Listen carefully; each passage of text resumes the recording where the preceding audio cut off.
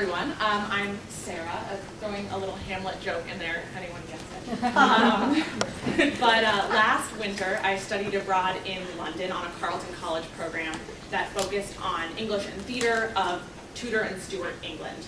So one of the main focuses on the program, in addition to reading the literature and seeing the plays of the period, was understanding and engaging with the context in which the plays we were reading and seeing were created. So one of the things we did, an ambitious project, was we made a Commonplace book. So most of you probably don't know what a Commonplace book is, and that's why I'm here to explain. So this is a picture of a Commonplace book. Commonplace books in early modern Europe were little blank books that people would carry around with them. They would write down relevant or interesting information in them in their daily lives. That might mean poems, songs, anecdotes, sketches, recipes, personal finances, really whatever you can think of. And as you might imagine, you can get a really good sense of what a person's life was like by flipping through their Commonplace book. Historically, the first Commonplace books we know of are from 14th century Italy. They were referred to as hodgepodge books. And with the popularity of the printing press increasing, Commonplace books became huge in 17th century England.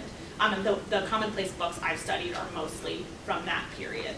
So in addition to giving us a really good sense of what one person's life might have been like, Commonplace books were also very important for information sharing in the period and for the circulation of intellectual energy. So people would lend their Commonplace books to their friends and copy down interesting or fun information. So you might think of it as the social media of the Renaissance, people sharing information like we share things on Facebook or Twitter. So we know a lot of historical information about this period because of the existence of Commonplace books. For instance, this sketch by a man named Mr. DeWitt of the inside of the Swan Theatre in London is the only contemporary image we have of the inside of an Elizabethan theatre. So the reason the reconstruction of the globe can exist in London is because of this image and this image alone.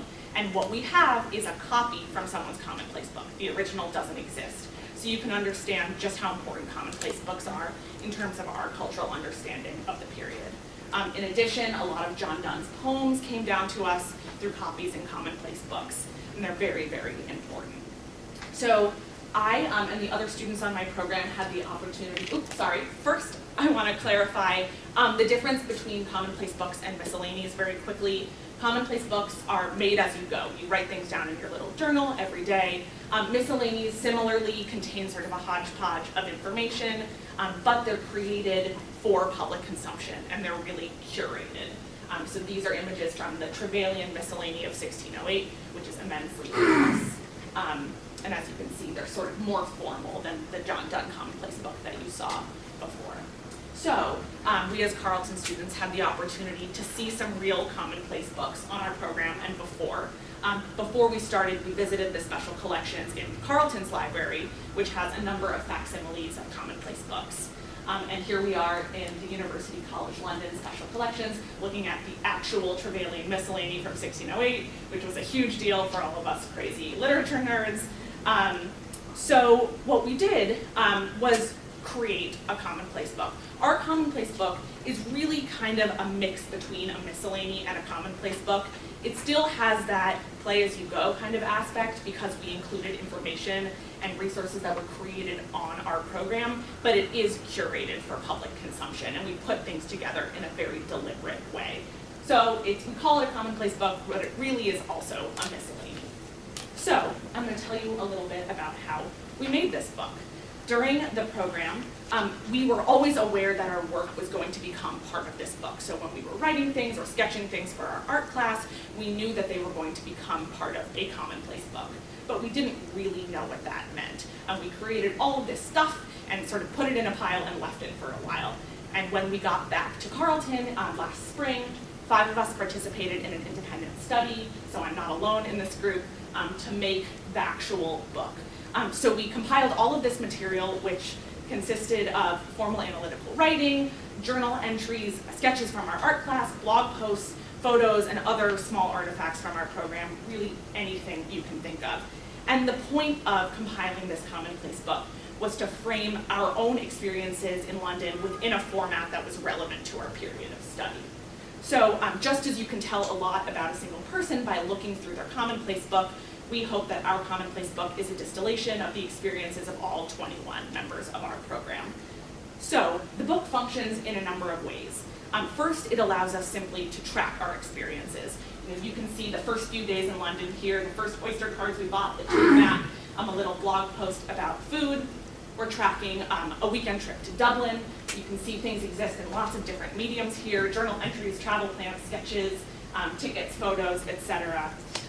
In addition to just looking at what happened, they can allow us to distill our experiences or synthesize the program as a whole. So something like a calendar or a top 10 list of things I learned in London. My favorite on this is number 8, which is Jude Law is just as beautiful in person.